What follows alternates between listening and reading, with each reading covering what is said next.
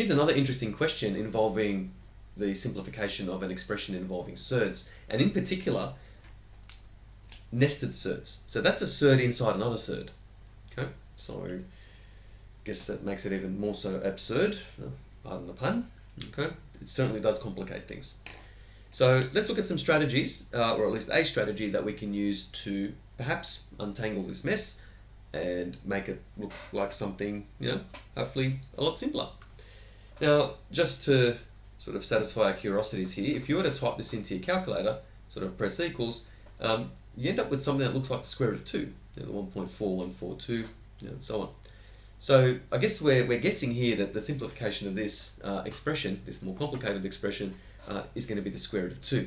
So let's see how this is going to work. Now, to make life a little bit easier to begin with, we're going to employ substitution to just to conceal the 6 plus root 11 and the 6 minus root 11.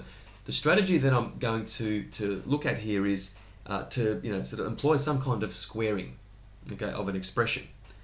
So by squaring an expression, you hopefully can eliminate some of the surds. After all, square roots and squares are inverse operations and one cancels the other.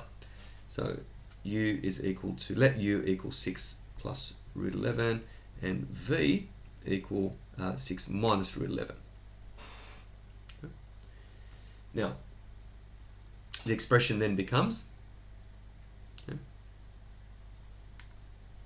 square root of u minus the square root of v. Now, at this point, you think, so what? Don't know if I've actually made this any better. Now, we talked about squaring. If we square an expression, that may eliminate, in fact, some of the surds or some of the square roots.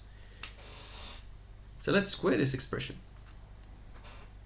Okay, and again, at this point, you may think, whoa, hang on, you can't just square something without compensating for it somewhere else. And that's easy to do. If we square something, how do you come back, or how do you get back to where you started? The inverse of squaring an expression is to then take the square root. So we haven't changed anything.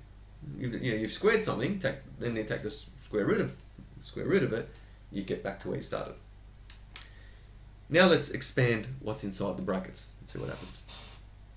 So that's equal to the square root of, and that's a perfect square.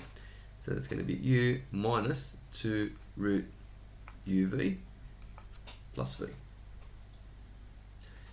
Okay. Now at this point, let's substitute back in the values for u and v.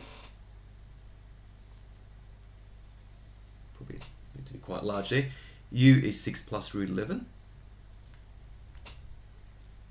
Okay. We have 2 root uv, so that's minus 2 root the product of u and v, so that's 6 plus root 11 times 6 minus root 11. Yep, hopefully that fits. And finally plus v, and v is 6 minus root 11. Now at this point, we might be able to cancel a few things, or a couple of things at least. A couple of terms. We've got positive root 11, so that disappears with the negative root 11, so they negate each other to give you 0, so they're gone, they're out of the way. We've also got 6 plus 6 there, which is 12, and we also have a difference of 2 squares, interestingly enough. And it kind of sort of appears so from the original question, the original expression. We've got an a plus b, a minus b type case, and you think, well, okay, if we can somehow combine them into a product, then you've got a difference of 2 squares, which is really nice because that eliminates the surd. In fact, that comes from rationalizing the denominator, or the same strategy used in rationalizing denominators, okay, where you have a surd in the denominator of a fraction. And we'll do a video or two on those at some other time. All right, so let's simplify this expression a little further. 6 plus 6 is 12 minus 2. Now, 6 plus root 11, 6 minus root 11, so that's a difference of 2 squares. And that's the a plus b, a minus b, so a squared minus b squared. The a is 6, and the b is root 11, and the square root of root 11, the square of the square root of 11 is 11 itself. minus 11. Yep. Okay, I think it's starting to take shape now. That's 12 minus 2 root 25. And you and I know that the square root of 25 is a well-behaved rational number. That's 5. So that equals 12 minus 10. So all up, that equals to the square root of 2. Thank you for watching.